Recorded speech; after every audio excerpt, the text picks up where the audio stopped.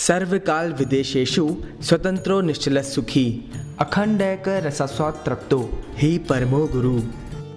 सर्वकाल और सर्व देश में स्वतंत्र, निश्चल, सुखी, अखंड, एक रस के आनंद से तृप्त ही सचमुच परम गुरु हैं। द्वैतादेत विनिर्मुक्तः स्वानुभूति प्रकाशवान अज्ञानांध तमश्चेता सर्वज्ञ परमो गुरु। द्वैत और अद्वैत से मुक्त, अपने अनुभव स्वरूप प्रकाश वाले, अज्ञान रूपी अंधकार को छेदने वाले और सर्वज्ञ ही परम गुरु हैं। यस्य दर्शन मात्रेण मनस्य स्यात् प्रसन्नता स्वयं भूया धृति शांति स भवेत् परमो गुरु। जिनके दर्शन मात्र से मन प्रसन्न होता है, अपने आप धैर्य और शांति आ जाती है, वे परम गुरु हैं। कल्पनाओं, विचारों, योग्यताओं के पार जब इनकी सीमा ना हो, ऐसे क्षण में, या ये कहें ऐसे अवसर में जहाँ देश और काल का भी प्रतिरोध ना हो, वो दिखेगा, वो मिलेगा, वो रहेगा प्रत्यक्ष, वो सामने आएगा। मिला हुआ है हरदम, पर सामने आ जाएगा। सामने इसीलिए आ जाएगा क्योंकि तुम अब बंधनों से पार होकर उसके प्रकट होने का रास्ता साफ कर चुके हो। सब बंधन तोड़े तुमने, सब सीमाएं लांघ दी। उसको यही तो चाहिए था। इसी इंतज़ार में कितने जन्मों से था कि कब तुम स्वयं को मुक्त करो, कब उसको मुक्त करो अपनी मन, बुद्धि, कर्म, देश काल की सीमाओं से। आज वो दिन आया।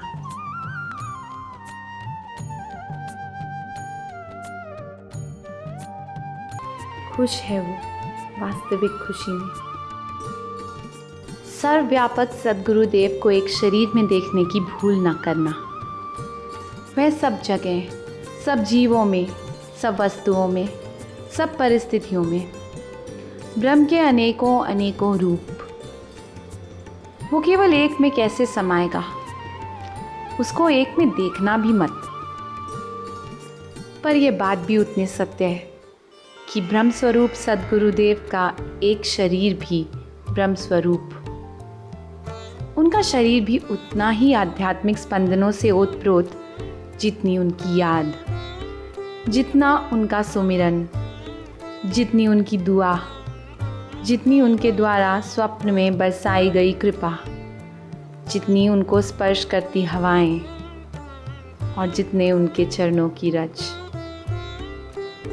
कैसे कोई चोरी छिपे बिना बताए उपकार व कल्याण कर सकता है, और वह भी बिना किसी कारण से, बिना किसी स्वार्थ से। और वो भी ऐसा उपकार, ऐसा कल्याण जो कि परम उपकार हो, परम कल्याण हो। उससे बढ़कर कोई उपकार या कल्याण हो ही नहीं। असंभव सा जान पड़ता है ना, कभी होता ही नहीं होगा ऐसा, पर हुआ है। बात बिल्कुल सच है कि हुआ है। पूज्य बापूजी अपने प्रेमी श्रद्धालुओं के जीवन को किस प्रकार महका देते हैं, ये केवल एक चमत्कार द्वारा ही हो सकता है। ऐसी लौकिक और आध्यात्मिक ऊंचाइयों पर ले जाते हैं, ये किसी मनुष्य के स्वयं की बस की बात नहीं है। हम साधक क्या प्रेम करते होंगे उनको, किया भी होगा तो शायद किसी वस्तु, व्यक्ति या सुख शांति के स्वाद से। पर सद्गुरुदेव ने हमें प्रेम किया केवल हमारे उद्धार के लिए, क्योंकि उन्होंने हमारे भीतर स्वयं को निहारा। हमें इसलिए प्रेम किया क्योंकि वो हमें अपना आत्मीय जानते हैं। इसलिए प्रेम नहीं किया कि उन्हें हमसे कुछ चाहिए था, और अगर चाहिए भी होता तो हमारे पास उनको देने के लिए है भी क्या। सोचिए ज़रा, अगर ठीक से सोचा होगा, चिंतन सूक्ष्मता से किया होगा तो सोचने और समझने की सीमा पार कर जाओगे। फिर सोच नहीं सकोगे, फिर समझ नहीं सकोगे। हृदयपूर्वक सोचने की सीमा पार करोगे तो प्रेम रह जाएगा, और समझने की सीमा पार करोगे तो ज्ञान में स्थित हो जाओगे।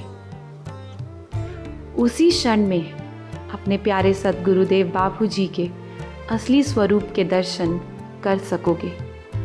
पूज्य सद्गुरुदेव के जीवन का एक दिन भी पर्याप्त है एक ग्रंथ रचने में।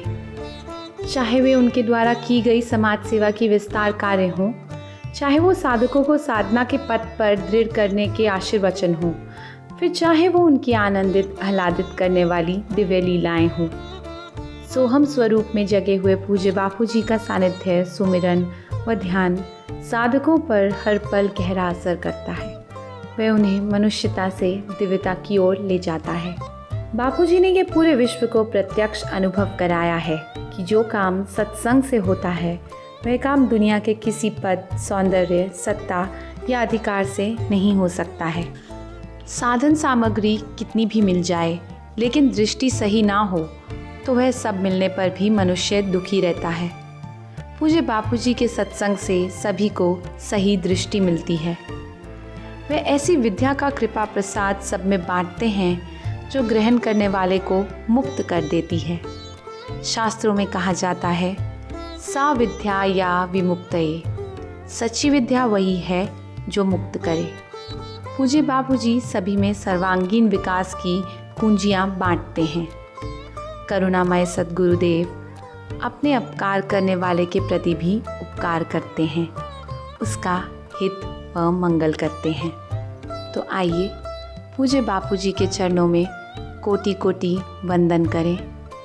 जिस प्रकार उनका जन्म और उनके कर्म दिव्य हैं, हम भी उसी प्रकार अपना जन्म और अपने कर्म दिव्य बनाएं।